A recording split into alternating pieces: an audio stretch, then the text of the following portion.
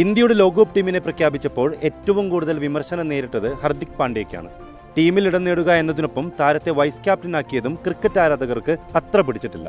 നിലവിൽ IPL 9ാം സ്ഥാനത്തുള്ള മുംബൈയുടെ നായകനായ പാണ്ഡ്യ ഇത്രയും ഗതികെട്ടവൻ വേറെ ആരുണ്ട് എന്ന് സ്വയം ചോദിക്കേണ്ട അവസ്ഥയിലുമാണ്.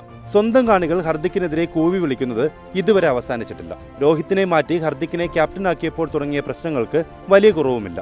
ലോകകപ്പ് ടീമിലെ സ്ഥാനത്തെപ്പറ്റി ആരാധകർക്കിടയിൽ എതിർപ്പുകൾ ഉണ്ടാകുമ്പോൾ ഹർദിക് കടന്നുപോകുന്നത് ജീവിതത്തിലെ ഏറ്റവും സമ്മർദ്ദം നിറഞ്ഞ കാലത്തിലൂടെയാണെന്ന് ഉറപ്പിക്കാം. പക്ഷെ എന്തായാലും താരത്തിന് പിന്തുണയുമായി സുനിൽ ഗവാസ്കർ അടക്കമുള്ള പ്രമുഖ താരങ്ങൾ മുന്നോട്ട് വരുന്നുണ്ട്. IPL പ്രകടനം നോക്കണ്ട, ലോകകപ്പിലെത്തുമ്പോൾ താരം മികച്ച പ്രകടനം നടത്തുമെന്നാണ് സുനിൽ ഗവാസ്കർ പറയുന്നത്. ഈ IPL മോശം പ്രകടനമാണ് താരം നടത്തുന്നത്. 10 മത്സരങ്ങളിൽ നിന്ന് 197 റൺസും 6 വിക്കറ്റും മാത്രമാണ് താരത്തിന് ഇതുവരെ സ്വന്തമാക്കാനായത്.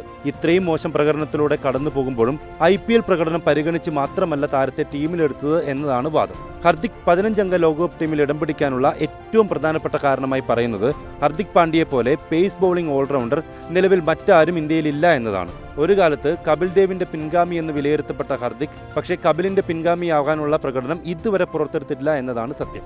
വ്യക്തിപരമായും ടീമിന്റെ കാര്യത്തിലും IPL ദയനീയ പ്രകടനത്തിന് പിന്നാലെ മറ്റൊരു വിവാദവും ഇപ്പോൾ ഹർദിക്കിനെ തേടിയെത്തിയിരിക്കുകയാണ്. IPL ഡൽഹിക്കെതിരായ മത്സരത്തിന് ശേഷം ടീമിന്റെ ടോപ്പ് സ്കോററായ തിലക് വർമ്മയെ അനാവശ്യമായി വിമർശിച്ചുവെന്നും ഇതിന്റെ പേരിൽ ഇരുവരും തമ്മിൽ ഡ്രസ്സിംഗ് റൂമിൽ വാക്കേറ്റമുണ്ടായി എന്നതുമാണ് വാർത്തകൾ. ഇത്തരമൊരു താരത്തെ ഇന്ത്യൻ ടീമിന്റെ വൈസ് ക്യാപ്റ്റനായി എന്തിനു തിരഞ്ഞെടുത്തുവെന്ന് ആരാധകർ വീണ്ടും ചോദിക്കുന്നു. ഇങ്ങനെയൊക്കെയാണ് കാര്യങ്ങളെങ്കിലും ഹർദിക്കിന് T20 ലോകകപ്പിൽ മികച്ച പ്രകടനം പുറത്തെടുത്തേ മതിയാവൂ.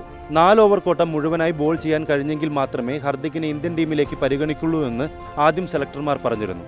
അതുകൊണ്ട് തന്നെ താരത്തിന്റെ മികച്ച ബൗളിംഗ് പ്രകടനം ഇന്ത്യക്ക് ഈ ലോകകപ്പിൽ ആവശ്യമാണ്. കഴിഞ്ഞ 2023 ഏകദിന ലോകകപ്പിൽ ടീമിന്റെ ഭാഗമായിരുന്ന ഹർദിക് ആദ്യ മത്സരങ്ങൾക്ക് ശേഷം പരിക്കിനെ തുടർന്ന് ടീമിന് പുറത്തുപോയിരുന്നു. ഇത്തവണ അത്തരത്തിലൊന്നും ഉണ്ടാകില്ലെന്ന് പ്രതീക്ഷിക്കാം. 2016 ജനുവരിയിൽ ഓസ്ട്രേലിയക്കെതിരെയാണ് ഹർദിക് പാണ്ഡ്യ ആദ്യമായി ഇന്ത്യക്ക് വേണ്ടി T20 മത്സരം കളിക്കുന്നത്.